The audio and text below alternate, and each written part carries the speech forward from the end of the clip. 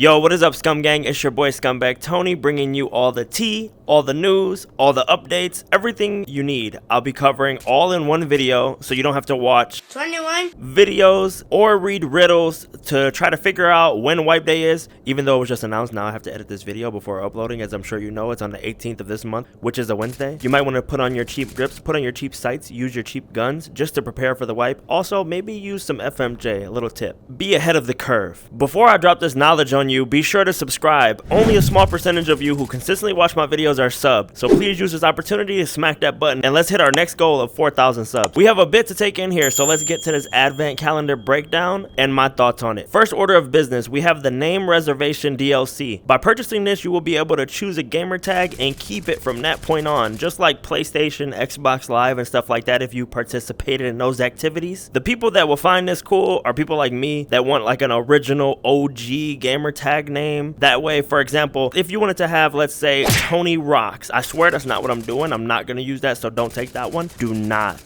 take that name, for the love of God. If you're the first person to enter that name, you get the rights flat out. Nobody else can have that name. They have to put some kind of decoration, X's or numbers at the end, so they won't have the true original name that is. An original name can be worth a lot, dude. Like, there was people back in the day on PlayStation, let's say they had Tony, no X's, no nothing, no funny stuff, right? They could sell that account just so somebody could have like the OG name. At least that was the thing back in the day. You know, I'm a OG, I'm Unk status. Moving on to number 2 on the list, we have the weapon skin system. This will only apply to those who own or will own a DLC collection. For example, the Uwu skins, the one-shot skins, Founding Fathers I think also works, or the Nuclear Knight. This will only work on weapons that are found in raids. They did reveal a little spray gun in our bunker also, which we can actually apply the camo to the gun ourselves, which I for one think is pretty cool. This would be very cool for those of us that like rocking skins in game, but we don't need to buy the gun from the vendor because we have multiples laying around. Number 3, we got the weapon skin DLC, which gives you the options for multiple camos to apply to your weapons. This is not DLC related, so this is completely different from what we just talked about. This gives you the options for multiple camos to apply to your weapons that's not DLC skin related. It has our own list of skins, similar to the skin system in Call of Duty, except you don't have to work to unlock the skins here. You just gotta pay for them. Moving on to number 4, we got the Phoenix reworked. He did say specifically how the Phoenix react to you in raid. They will act more realistic, see you from more realistic angles. I think this means that they won't spin around on us from 80 meters away like they got eyes in the back of their head, with binoculars, with a telescope, with a magnifying glass, and a thermal lens on top of that. They will also take cover as you are fighting them, so it won't be so easy to just shoot and kill them as they're just standing there with weapons drawn looking crazy.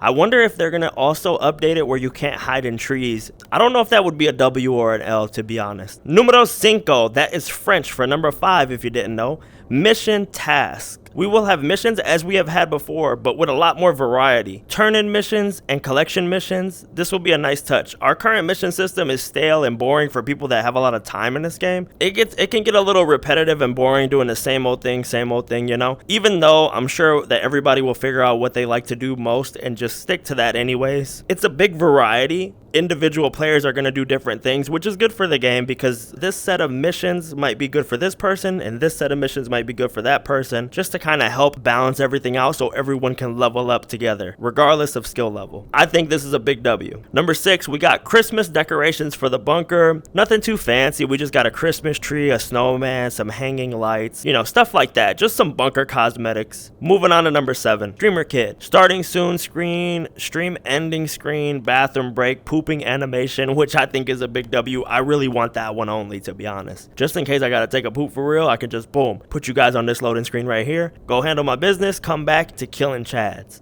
If you're a creator that doesn't have these, you just have to join the Ghost of Tabor Discord, hop in their off-topic channel and type !creator. You'll receive a link right after that. You fill out that form truthfully because they do check, and they will get to you when they can. There's a lot of people that applied, including myself. They will determine if you can be approved or not per creator. It's not like us specific criteria you have to fill, like X amount of subs, X amount of whatever. They'll look at your content, look at your pages, your following, and then they'll determine if you can get it or not. I don't know how lenient they are. I don't really know. So it doesn't hurt to try. Number 8, one-shot weapon skin. So One Shot did leak this before Tabor could announce, but there is also something you may have missed. They have a one-shot chew weapon charm. Bro, wouldn't it be cool if you could just eat it off your gun during a raid? Like one shot with a little bit of Chad blood on it. Just like quick access without even opening your bag. Just no. It's also added for the Ruger and M1 SAS. So if you already own this DLC like me, you're gonna be getting some free guns. I don't really care too much about the pistol, but an M1 SAS for free, I'll take it. All right, here it is. 9th on our list, market rebalancing. AP is gone, folks. Shiro and Jiri will not have it anymore. You can no longer buy AP powder from the market. It is over.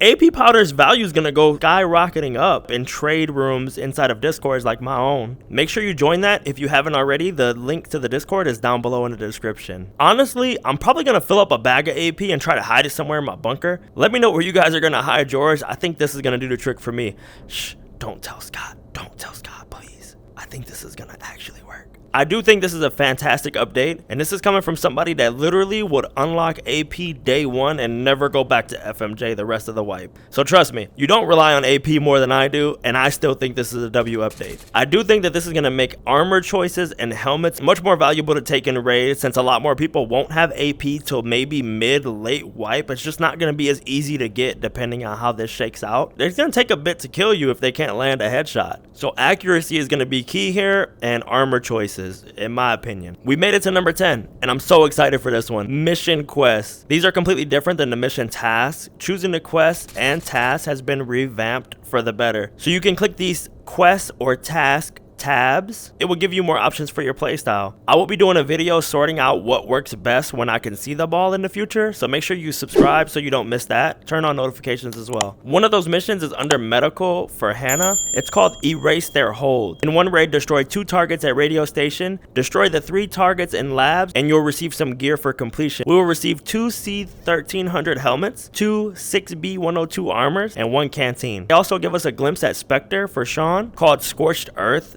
The objectives in this are destroy the weapon cache in Scaffolding and Maka, destroy the weapon cache in Cathedral, and destroy the weapon cache in Graveyard. These can obviously be done across many raids. People will get lucky with the spawn they get, and it's going to be destroyed immediately. But I hope you can only destroy it if the mission is activated and you haven't completed that part of your mission yet. If anyone, anytime with any quest can destroy it, I fear people will do it just to prevent other players from completing it, which will be a big L. For this completion, we will receive a UMP, a Scar with mags, of course. It says it will grant us more rewards than task will. Now things are starting to get juicy, boys. At number 11, we got that MCX Spear. It's a brand new rifle. It will be a Spectre level 5 rifle, so it's going to be another rare rifle we can be excited to find. Hopefully it can rival the top 3 guns. Costing 45,750 Karuna, chambered in 6.8 by 51. This weapon does not have side rails, so no lights or lasers, only grips and sights. I am sad we can't use lights, just because I like to use the lights to check trees. It really helps me a lot personally.